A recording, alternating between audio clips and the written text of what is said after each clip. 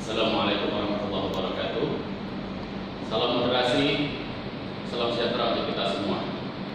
Bapak sekalian, serta diklat yang kami hormati, materi kita untuk hari ini adalah membangun gerakan dengan kepeloporan, mendesain sistem baru yang membawa perubahan menuju harapan. Mungkin kita seperti kemarin lah kelompoknya, ada nomor 1, nomor 2, 3, dan 4. Nanti setelah saya selesai menjelaskan sedikit, kita diskusi. Baiklah, kita mulai materi kita dari slide yang pertama, itu perubahan berkelanjutan.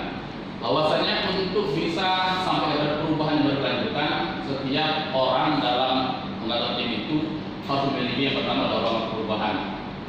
Artinya dalam hati masing-masing itu ada dorongan untuk bisa berubah. Yang kedua, visi misi yang jelas, dan disepakati bersama. Artinya ada tujuan yang harus dicapai, yaitu semua harus disepakati oleh anggota tim. Kemudian kapasitas perubahan, dalam rangka membuat perubahan itu bisa cepat tercapai, bisa maksimal. Kemudian ada langkah pertama yang dapat diterapkan. Jadi sepakati juga kira-kira langkah pertama yang harus dikerjakan itu apa. Nah, dengan demikian mudah-mudahan ada perubahan yang berkelanjutan. Kurang satu di antara 4 tadi, ya, di antara 4 ini, 1, 2, 3, dan 4 ini, maka akan menimbulkan kekecewaan, akan menimbulkan kegagalan. Misal seperti ini. Ini yang pertama yang tidak ada, poin pertama tidak ada. Ini poin yang kedua tidak ada. Ini poin ketiga yang tidak ada. Ini poin keempat yang tidak ada. Maka hasil seperti ini, ya artinya apa? Bisa menimbulkan kegagalan, bahkan kekecewaan. Baik, sekalian, Allah. Kemudian ada teori ini, ya, pendekatan strategi pendekatan untuk membuat perubahan itu berkelanjutan. Yang ini disampaikan oleh Susan Walsh. Ya. Susan Walsh mengatakan bahwasanya untuk membuat perubahan yang itu berkelanjutan harus ada 4 hal yang dimiliki. Pertama, faith base, artinya ada dasar keyakinan. Yang kedua adalah right base, adanya dasar kebenaran. Yang hal ini nanti akan dibuat oleh penentu kebijakan sebagai untuk membuat kebijakan publik. Kemudian yang berikutnya yang ketiga ada respect base, artinya ada dasar kepercayaan, dasar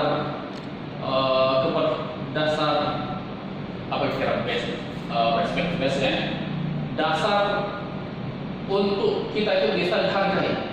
Ya, mungkin karena kita bisa membuat orang-orang di sekitar kita itu bisa meningkat kesejahteraan hidupnya, maka dia bisa hormat pada kita. Kemudian yang berikutnya resilience base, atau ada basic ketangguhan, adanya ketahanan untuk hidup.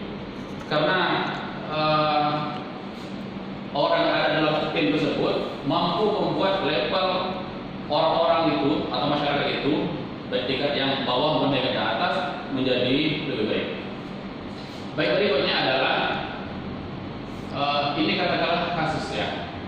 Kalau seandainya program tidak tepat sasaran, tidak tepat guna, dan tidak mengatasi persoalan, ini disebabkan oleh terjadinya subjektivitas perancang program, adanya fokus pada gejala, kemudian tidak adanya orientasi hasil, maka hal seperti ini membutuhkan solusi berupa desain program dengan metode yang tepat.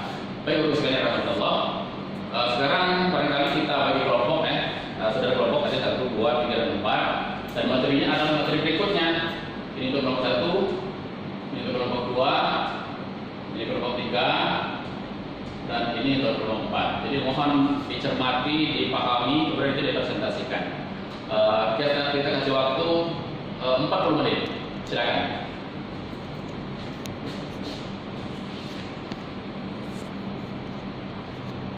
Baik, selesai. Kelompok 1 sudah ya, 2, 3, 4 sudah. Alhamdulillah. Silakan kelompok 1 untuk mempresentasikan hasil kerjanya. Nah, ini ya. Silakan kelompok 1. Iya. Baik.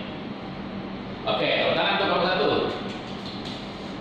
Baik ya, jadi kita ulang sedikit ya. Ini ada 5 gelombang kepercayaan yang dibahas oleh nomor 1. Yang pertama self atau diri sendiri. Artinya bagaimana kita itu berusaha menjadi diri kita itu menjadi baik, ya. Prinsip dipakai adalah prinsip kredibilitas.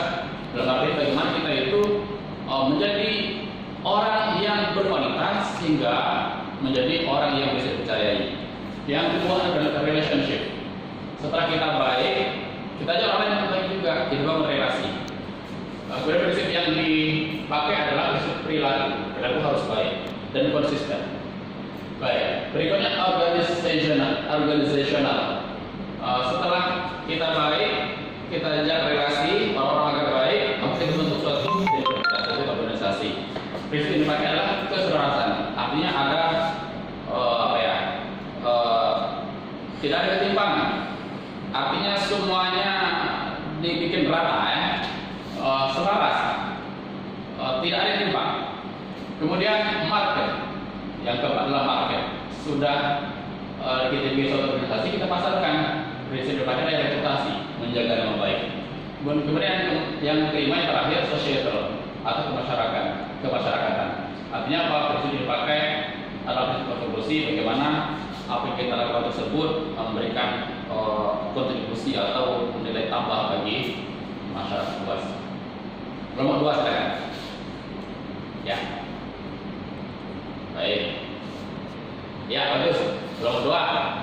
Masih plus. Baik ya, kita ulas sedikit bahwa ada 5 level kepemimpinan. Yang pertama position, transformation, production, people development, personhood. Ya. Yang pertama ini orang dulu sama kita itu kalau kita punya jabatan. Yang kedua, orang dulu sama kita karena kita punya pribadi yang baik, jadi bukan karena jabatan, tapi karena pribadi memang baik.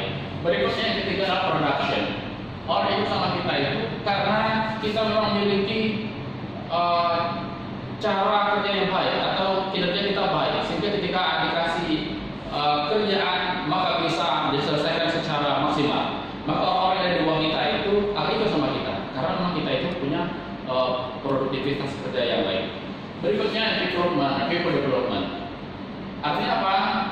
Kita itu diikuti karena orang di bawah kita itu ingin hidup bersama dengan kita. Artinya apa? Kita mengkader. Ya.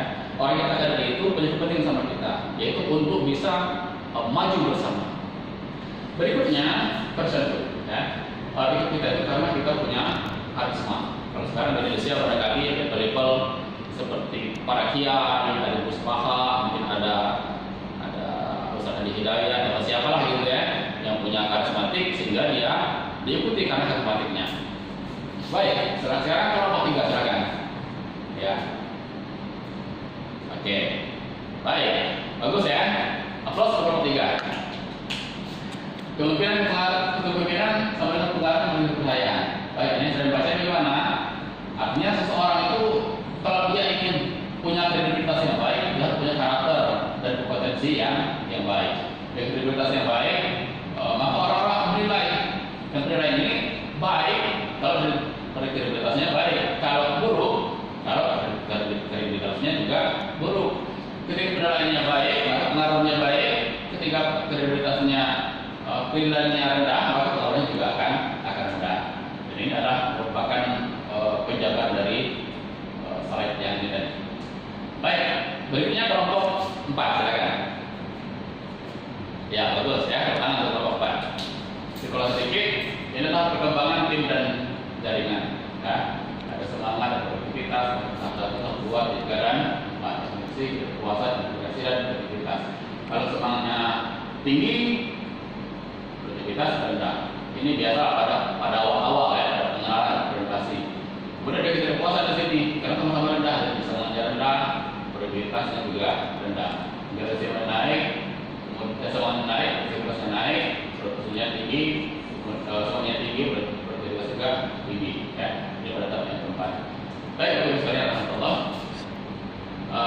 Ini kira-kira yang bisa dikerjakan untuk menjadi pelopor penggerak kepeloporan. Ya. Demikian barangkali kita tutup mungkin pertemuan kita hari ini. Alamin.